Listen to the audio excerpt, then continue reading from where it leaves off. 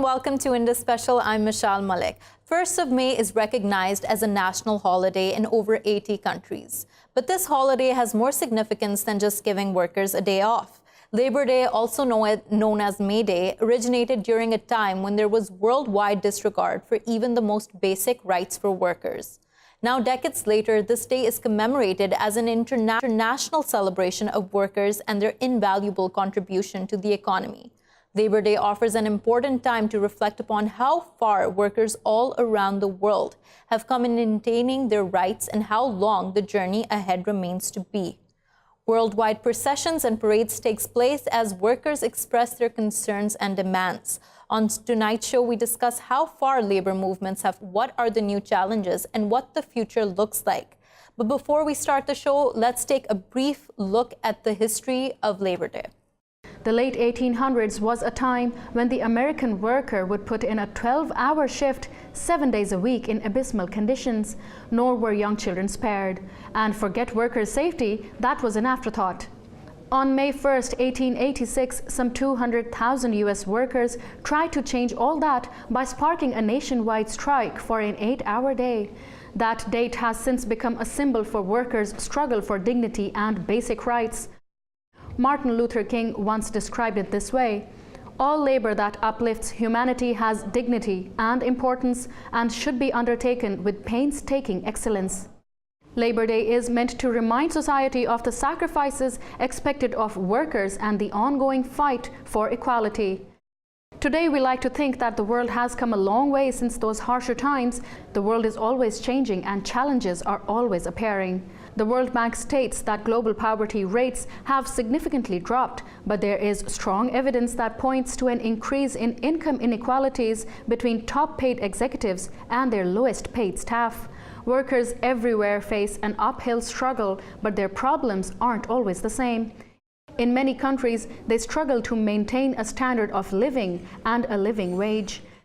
Elsewhere, the fight is for basic rights such as safe working conditions and freedom from bonded labor.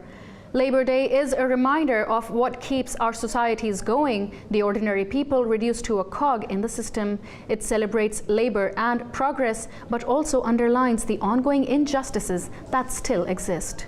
Joining us for this discussion today is Dr. Nina Markovic, who is a human activist joining us from Sydney. We're also joined by Dora Marinova, who is a professor of sustainability studies at the Curtin University Sustainability Policy Institute. Thank you both for joining us. Dr. Nina, let me begin with you. Now, decades later, after the first May Day was commemorated in 1886, how do you see the condition of the global labor force today? There is a lot, there are many unaddressed issues which we still are struggling with. If you're looking at ILO reports, we have many millions still in modern slavery. So a lot of workers are still suffering the same fate and much worse perhaps than 130 years ago. In Australia, for example, where I'm based, workers have been fighting for a long time for a so-called 8-hour working day. And exactly 125 years ago, they have fought for this and won. And that's why Labor Day in Australia is celebrated with the number 8.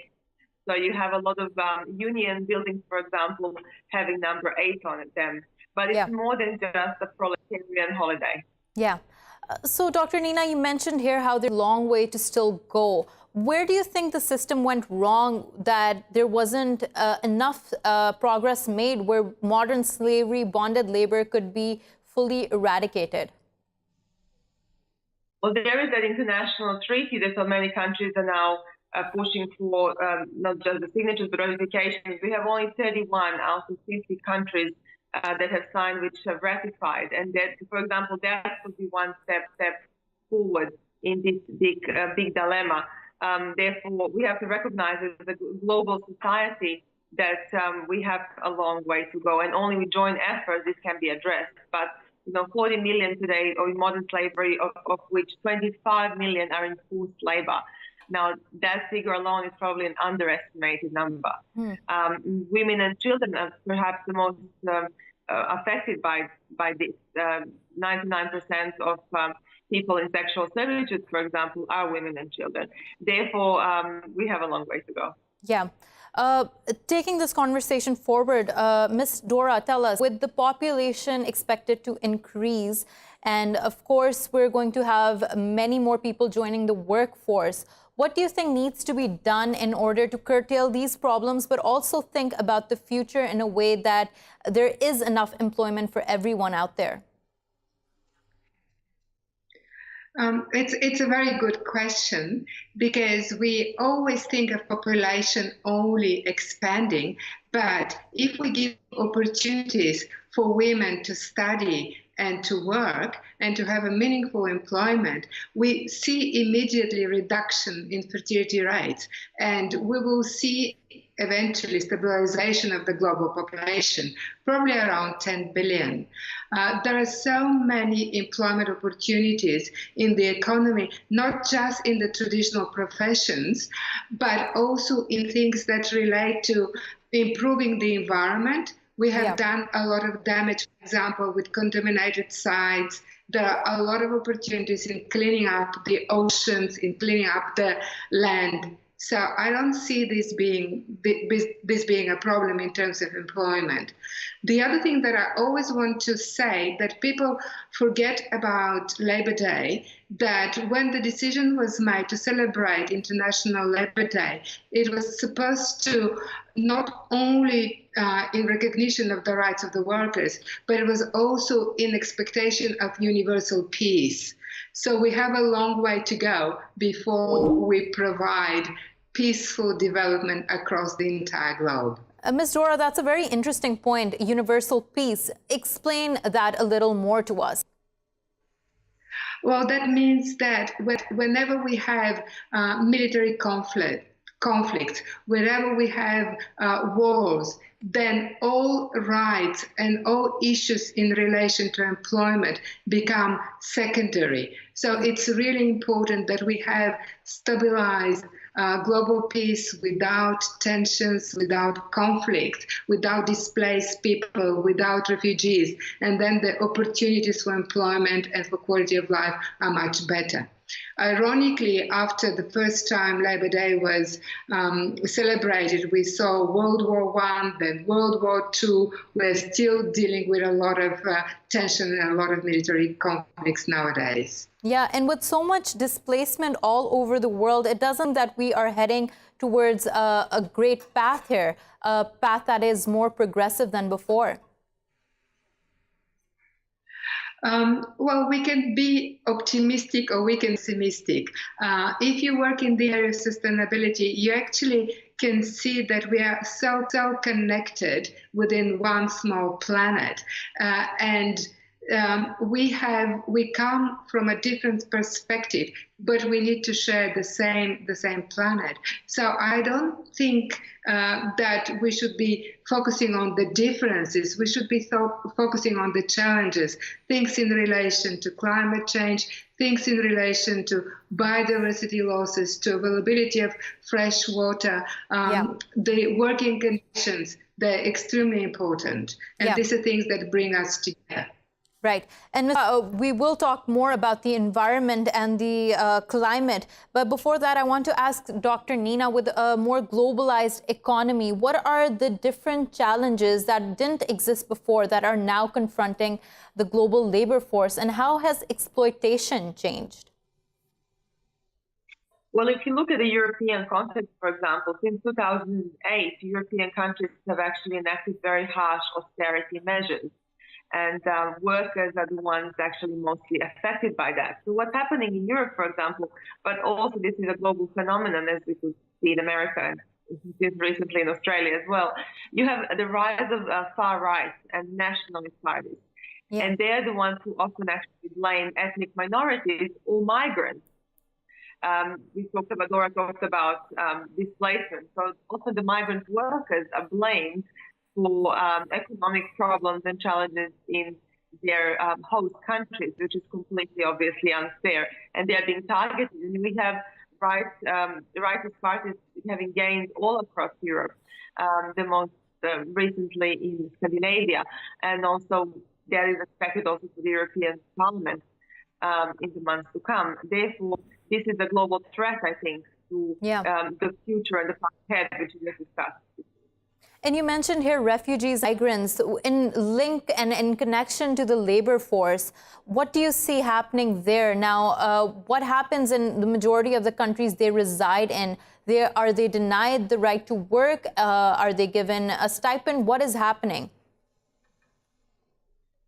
Obviously, it's a mixed picture. In many countries, their rights are under-recognized, often they're exploited. I mean, even in countries like Australia, which is a Western democracy, a lot of migrants, even international students, are actually being exploited, and there are reports about that. I guess in the European context, we had a mass migration wave from the Middle East after the Syrian crisis in particular. And for those people, the future is extremely unsafe and unsecure. Many of these people are actually being allocated according to their skills, which they have. But what happens to people which are classified as unskilled? Many of them don't have the right to work. Their skills are not being upgraded. They're in limbo waiting for the outcome of their visa applications. Therefore, we're talking about hundreds of thousands of people all across the world, but in particular in the European context we're talking about. Therefore, it's actually quite a sad picture, and this impacts on this whole discussion about the rights of migrant workers and of workers worldwide. Yeah, and that's a very important point. That is something we're going to touch on later on in the show as well. But before that, Ms. Dora, we were talking about the environment, and an argument that is coming up lately, and we're seeing it being emphasized a lot, is that capitalism and climate change go hand in hand. So do you think with all that our earth and our environment is in the current situation, there needs to be another system in place that is more sustainable for the people on Earth? It's a very good point, and I'm glad you're saying it, because if I say it, people might criticize me. We definitely need new systems of governance, because the current systems that we have in place are essentially focusing too much on vested interests and on economic profit. Well, we need to have a more holistic view where we look at social inequalities, we look at environmental health, and we also look at business opportunities. And it's quite interesting that they often go hand in hand. As long as you change your way of thinking and you're trying to do the integration of these priorities, you will find employment opportunities, you will find technological solutions. The problem is that a democratic way of solving the problems with the voice that we are giving to the elected representatives is a very short-term way of thinking, while sustainability and climate change have always required a much longer-term perspective. And this vision for a better world, for a better way of making decisions, comes usually from the broader community. So it's really important that we have mechanisms in place, that we actually hear what the people on the ground, what communities want, and then politicians can respond. But we cannot expect the leaders to lead the climate change agenda or the environmental agenda. It has to come from communities. It has to come bottom up.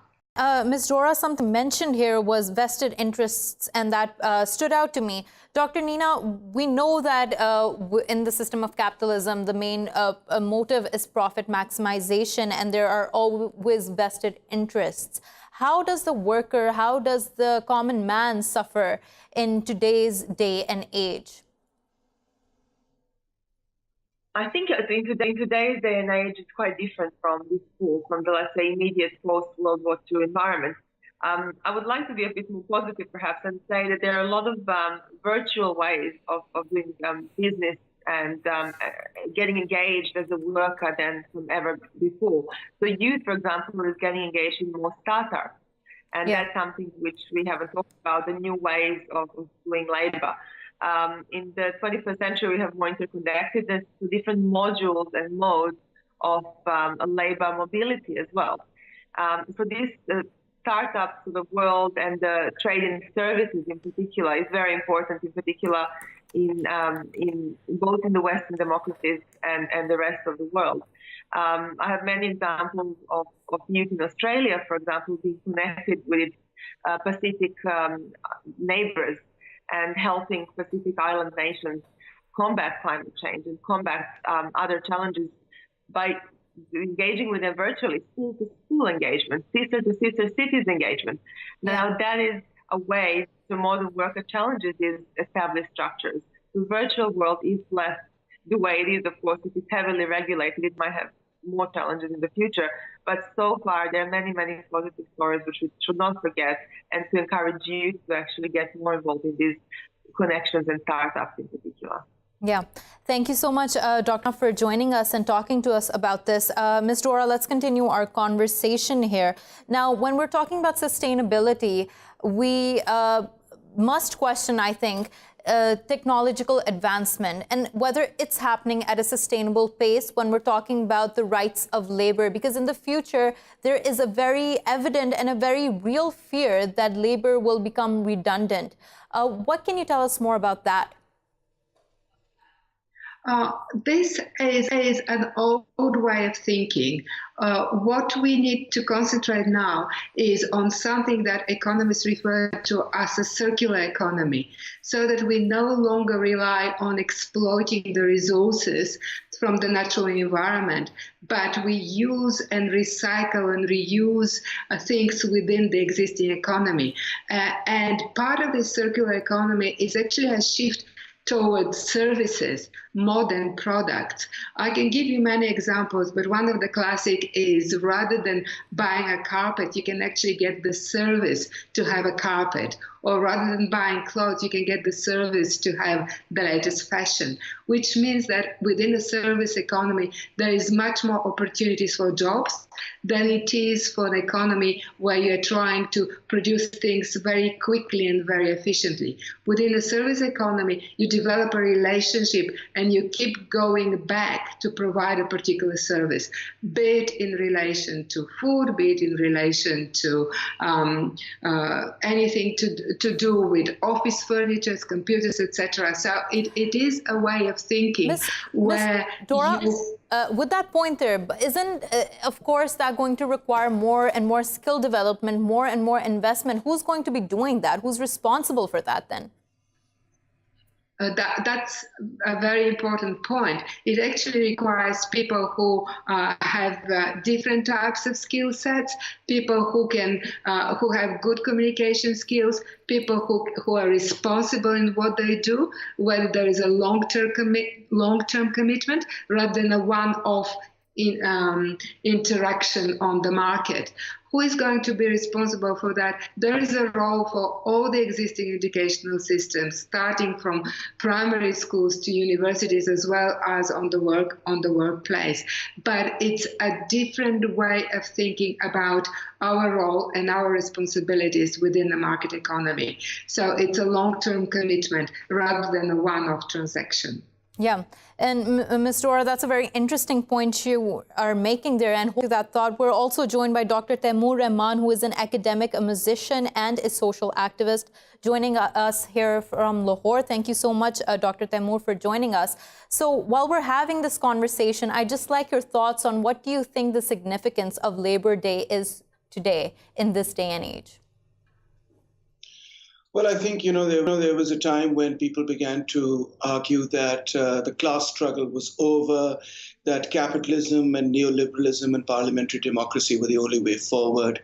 But I believe that capitalism and parliamentary democracy, sadly, have not delivered on the promises that were made or that were conveyed at a certain time. And I think all over the world, people have come to realize that and have come to mobilize once again on the demands of labor rights. Right. And Doctor, something that I want to pick up on, a conversation that I was having with Ms. Dora earlier, was with the changing economy, with more technological advancement, what are the main issues and new issues that are confronting the labor force? What do you think those are? You know, Meshal, it's quite ironic to say this, but it's still true that there are no new issues to discuss. The issues are the same as they were, 30, 40, 50 years ago. People need employment. People need, better working conditions, safe working conditions. They need the cost of living to go down. They need their pensions. They need their old age benefits. They need education. They need healthcare. And most importantly, they need their rights and dignity as human beings in the context of labor. So the issues hardly have changed. In fact, all that's happened is, the issues will only change once these issues fundamental issues have been resolved. And rather than being resolved, what we've seen towards the end of the Cold War and following the end of the Cold War is a reversal in labor rights in nearly every country in the world. But I'm happy to note that that trend is now changing with the left and the labor movement once again on the move. Yeah, but you mentioned here, Dr. Taimur, that since 30, 40 years, the things have remained the same. And you're saying that now they're beginning to change.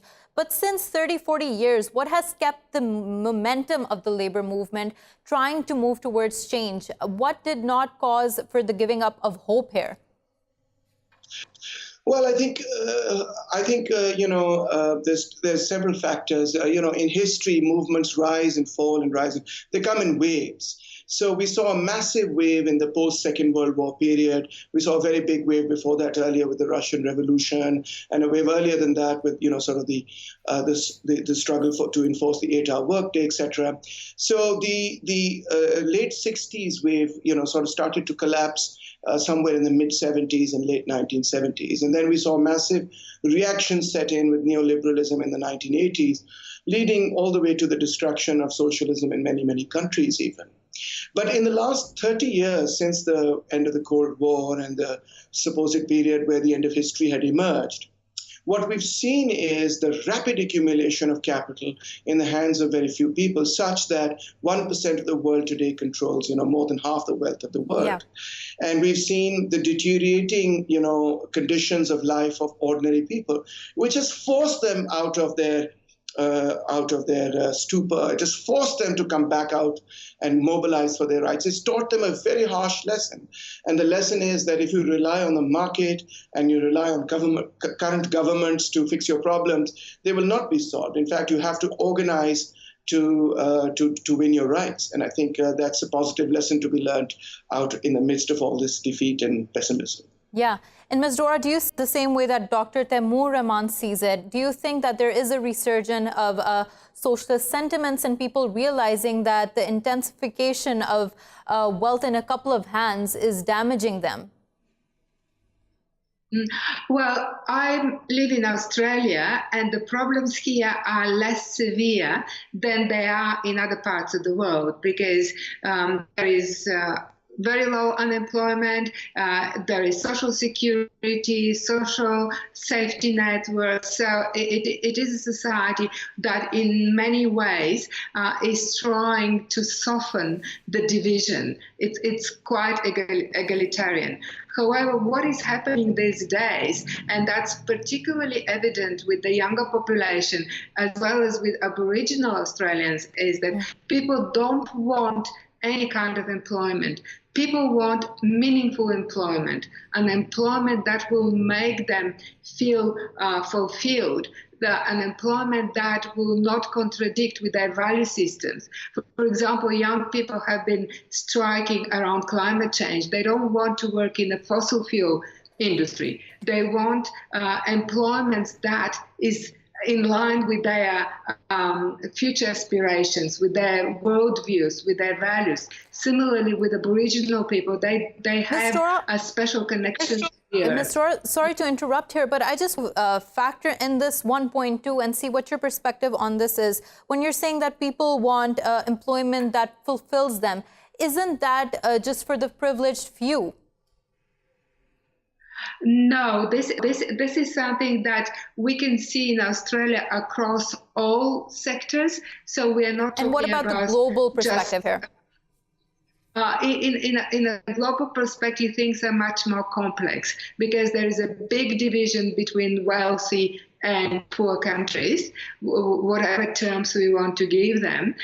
There is big concentration of wealth and something that capitalism has been very good at delivering, and something that is costing a lot to the rest of society, and it's costing a lot to the planet itself. So there is a big battle there that we are not winning. Yeah. And Dr. Taimur, before we were talking to Ms. Dora about the fact that with technological advancement, there is a threat of higher unemployment. And her perspective here was that the onus resides on the entire society to ensure that there is new skill development for the services sector to emerge. Here she mentioned that the onus resides on the society, and I questioned her, who would be responsible for doing this? Do you think there's an answer to this? And do you think that will be the case, that society will work towards more skill development to curb unemployment?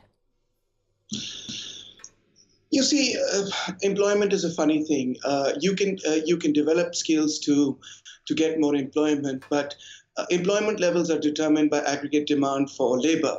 And aggregate demand for labor will, you can develop skills in order to ensure that your country does not fall behind in terms of the aggregate demand for labor. So you're trying to fit yourself into a given demand. But what all that means is that you'll shift unemployment from your country to another country. At the global market level, sadly, it has to be said that some amount of unemployment is always inevitable under capitalism. This is the way the system is structured. It's structured in such a way that it maintains what Karl Marx called a reserve army of the unemployed to push down wages. So as far as the market economy is concerned, I don't consider, just sort of improving your skills to be a solution to unemployment. The real solution to unemployment are structural changes in the economy, where you move away from the market and you move towards the kind of economy which can generate growth, skill development, as well as egalitarianism. And that, I think, requires us to think beyond free market economics and start to think about social welfare states, start to think about socialism, start to think about other solutions. Yeah. And on that point, Taimur Rehman, we're going to take a short break. When we return, we're going to continue this discussion. Stay with us.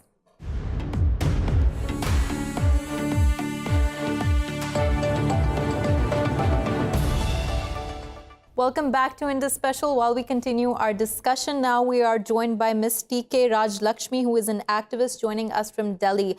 So, Ms., we've been talking about the relevance and significance of Labor Day today. What can you add to this conversation?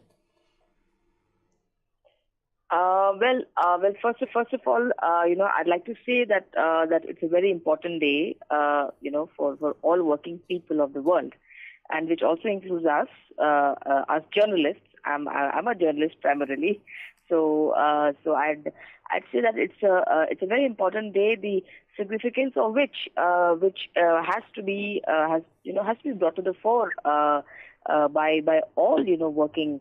By all working people, I mean, let's say working class people, because essentially the kind of inequalities that are there today are totally, in fact, unprecedented. Rajlakshmi, you're mentioning here inequality and rising inequality. Now, something that I want to put here as a question is this argument that keeps coming, and something that the World Bank has also stated, that poverty levels have decreased in recent years. So when we keep talking about inequality and we see the absolute poverty level, that has actually decreased. So how do we factor that into the debate? Well, I don't know, but what the World Bank says. But I'd say that the World Bank, as well as the IMF, these two financial institutions have been sort of responsible for creating deep inequalities in most parts of the world with their austerity with the recommendations to governments to pursue austerity programs. The entire the conditionalities that they imposed to governments, especially let's say also in India and also in several parts of Latin America and South Asia. So I think the World Bank should be the last organization to say that the poverty levels have actually sort of declined. In fact, if you look at what the OECD says, there are around 35 member countries of the OECD, and it is their study that the bottom 10%, for the bottom 10%, of wage earners, the wages have actually declined since 2007, till 2007-8, which was the period of the recession, and they still haven't recovered till 2016-17. When we're talking about the working culture and the fact that it's so intense in parts of the world, such as in Japan, where it's caused deaths amongst the workforce. In 2017 alone, there were almost 190 workers who died because of overwork. What can you tell us about the work culture and whether or not that's sustainable for the future? Well, this is something that even is felt very strongly even in Australia. People tend to work longer hours than the expected 7.5 hours per day. And in many ways, technologies such as the internet and the mobile phones have allowed us to be at work non-stop. It doesn't matter whether you're at home, whether you are in your car or in the public transport, you can still be working. There is no right balance between time for recreation and relaxation. The fight on International Labour Day was 8-8-8. Yeah. What we've achieved is formal 8, but in reality, everybody is working longer hours. And this is an expectation that comes from the employers as well. Irrespective as to what your contract says, we feel obliged to actually be available almost 24/7. So it's kind of a self-exploitation, but at the same time, you feel that if you don't do it, you're going to be left behind. So there has to be a change and much more time just to reflect and to relax and to enjoy life. Yeah. And Ms. Dora, hold on to that thought. We're also joined by Mr. Jonathan Ports, who's a professor of economics and public policy at King's College in London. Thank you so much for joining us, Mr. Jonathan. Mr. Jonathan, when we are talking about inequality on Labor Day, of course, one thing that comes up is how the wealth and concentration in a few hands is increasing. How is that impacting the rest of the world and especially the labor force? The picture is very mixed, of course, because what we've seen in recent years is that inequality in a global sense has actually probably decreased because what we've seen is this huge explosion of growth in China and to some extent India, which has lifted millions and millions of people out of poverty and has made the world as a whole a somewhat more equal place. At the same time, though, we've also seen growth in inequality within countries, in countries like the US, UK, and other countries, as people at the top end have raced away. And that's been driven partly by globalization, but partly by technological change, of course. So what we've seen is that tech companies in particular have generated a huge amount of wealth, and much of that has gone to a relatively small number of people. So overall, the picture is very mixed. I think it is important to recognize that while we are and we should be worried about growing inequality, and in particular about the impact of technological change on workers and wages, we also have the hugely positive story to tell in some respects about the hundreds of millions of people who have been raised out of poverty by globalization and trade over the past 20 years. But Mr. Jonathan, if we take out China and India from the picture, and let's focus on some of the developed parts of the world, for instance, the US, the Economic Policy Institute stated that in America's top 350 companies, the CEOs earned more than 300 times than their workers. So let's focus on that sort of an inequality. What do you think that happens? And what do you think happens to the economy when there's that much of a disparity in wage gap? Well, I think that is undoubtedly a very serious problem. It poses problems both for the the way that a modern capitalist economy functions, because it's very, very difficult to see how you can justify in purely economic terms that sort of disparity of reward. Remembering that, of course, in many cases, these payments are not for particularly extraordinary or outstanding performance. They're simply people being paid for doing their job. It also, of course, calls into question the political underpinnings of capitalism, because, frankly, if you have a system where the rewards are so obviously unfair, that in turn makes it less likely for us to be able to sustain an efficient and fair market economy going forward. And you see some of that in the current dysfunctional nature of politics, not just in the US, but actually in many European countries, where we've come from a position where perhaps 20 or 30 years ago we had moderately social democratic parties and moderately Christian democratic parties contesting a broadly shared vision of capitalism and social democracy with a welfare state, to where you now have a fairly extreme party. Yeah, Mr. Jonathan, sorry to interrupt here, but you mentioned the word dysfunctional. And I wonder, do you see the world economy moving towards being more dysfunctional than functional? Well, I think there is certainly a risk. We have, and that comes from a number of sources. In particular, the danger in advanced countries, the dangers that comes from this combination of rises in inequality, the threat of technological change not being properly managed, and in parallel, the rise of nationalist populist parties and politicians like Trump, like Salvini in Italy, who take advantage of some of the understandable resentments by some people of economic developments and turn those into a reaction against globalization, against trade, against immigration, and so on, which in the long run, I think, will be potentially very damaging for advanced capitalist countries. Yeah, and you mentioned here the rise of populist sentiments, especially in Europe, and we know that migrants and refugees are seen to be a burden on the economy. But if we look at the flip side, do you think there is potential for economic growth if these migrants and refugees are integrated into the labor force, they're given proper rights, and then they are made productive members of society?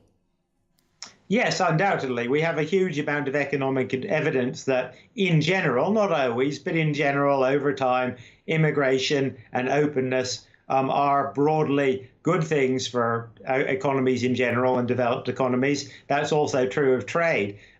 The danger, I think, is that the sorts of national populist politicians that we've seen, as I said, Trump in the US, Orban in Italy, is that they use some of the more unfortunate economic developments of the last 10 or 20 years, stagnation in wages, rising in inequality, cutbacks in public services, and blame those quite unjustifiably on immigration, on trade, on globalization, and use that as a basis to roll back some of the things which, on the whole, have been generally beneficial for the world as a whole and for developed countries as a whole over the past 20 or 30 years. Yeah. And that is a very serious danger. Yeah. And Mr. Jonathan, hold on to that thought. Ms. Rajlakshmi, while we were talking about the issues of the labor force and we were talking about their concerns, we, of course, have to contextualize which labor force we're talking about in which part of the world. Now, if we move towards the developing world, the issues are much different. What do you think needs to be done on an international level, on a regional level, in order to ensure that the labor force is more protected? Well, the international class should ideally unite on, and they are doing so also. And we have seen various movements that have come up in recent years. I'd just like to refer to this scapegoating, which was just mentioned by Mr. Jonathan. This whole nationalism, the rise of nationalism, fake populism, etc. The targeting, of poor, immigrants, right? And sort of making them as if, they are the problems that are the reason behind income as well as wage gaps, as well as the lack of jobs. Now, in fact, let us face it, the quality of jobs, there has been a distinct in fact, degradation, in the the quality of jobs itself. Apart from very low, wages, all over. Stagnant wages is what characterizes the global the labor force today, and that is something this entire demand that rose in the U.S. For minimum $15 per hour, fight for that. The struggle for that has been going on. The other challenge, that in fact working class movements as well as the working class faces is the right, in fact, the attack, the right to organize itself. It seems that in the U.S. itself there are some 28 states that have passed laws that undermine the rights of workers to organize. Now, there are similar things that are happening also in South Asia, especially also, also in India. Right. So, and thank you so much, Ms. Rajlakshmi, for those last points and talking to us. Mr. Jonathan, going back to you, we were talking about how people are seeing the fallout of capitalism and how there is a resurgence of socialism here. And of course, Labor Day has always had very strong undertones of socialist movements. Do you think that in the future, people would want to move towards a system which is different to the one we have in place today? I think the answer is yes. Whether you describe it as socialism or not, I think is different. I mean, what we should remember, of course, is that capitalism is a very, very broad description of a system or a set of systems which has changed hugely over the past century. And what I would expect to see in and what we're already beginning to see is a popular reaction, to a large extent justified, against the current form of capitalism, which has generated rising inequality and increased concentration of wealth and power at the top in many developed countries. That is generating, I think, an entirely understandable and legitimate reaction. At the same time, capitalism will have to change to cope with technological change. Yeah. The sorts of firms that are dominant now and that will be even more dominant the next 10 or 20 years, Google, Facebook, Apple, and so on, these are very, very different from General Motors or Ford. And capitalism will simply have to adapt to deal with that. Whether I don't think that means that we will move away from capitalism as such. Yeah, Mr. Jonathan, just one question there, following from what you're saying, that when we're talking about we move towards an alternative system, with the rapid pace and how you've mentioned too, technology advancing and threats of AI happening, do you think there's even time for there to be a shift? And what would be the problems with that? Well, that's a huge set of questions. And to be absolutely honest, I don't think I or indeed anyone else have all the answers. Yeah. But I do think that it is pretty clear that the current model of capitalism we have is going to be unsuited both politically and economically to dealing with those technological shifts. And the question really for us is, how will our political system respond? So far, in most countries, sadly, and at least in the West, the response has been pretty dreadful and pretty terrible. And Trump is the most obvious, but not the only example for that. I hope and believe, because I'm optimist, that we can and will do better. Yeah. But we need to start thinking about these questions. How do we deal with a form of capitalism where property rights and property and value is mostly created out of data, out of people's own personal data, how that is managed, stored, and used. Yeah, and thank you so much for that, Jonathan Ports. Thank you so much for joining us. Thank you so much, Ms. Dora, for joining us. Thank you for watching Indus Special. We will see you again next week with more stories. Till then, goodbye and take care.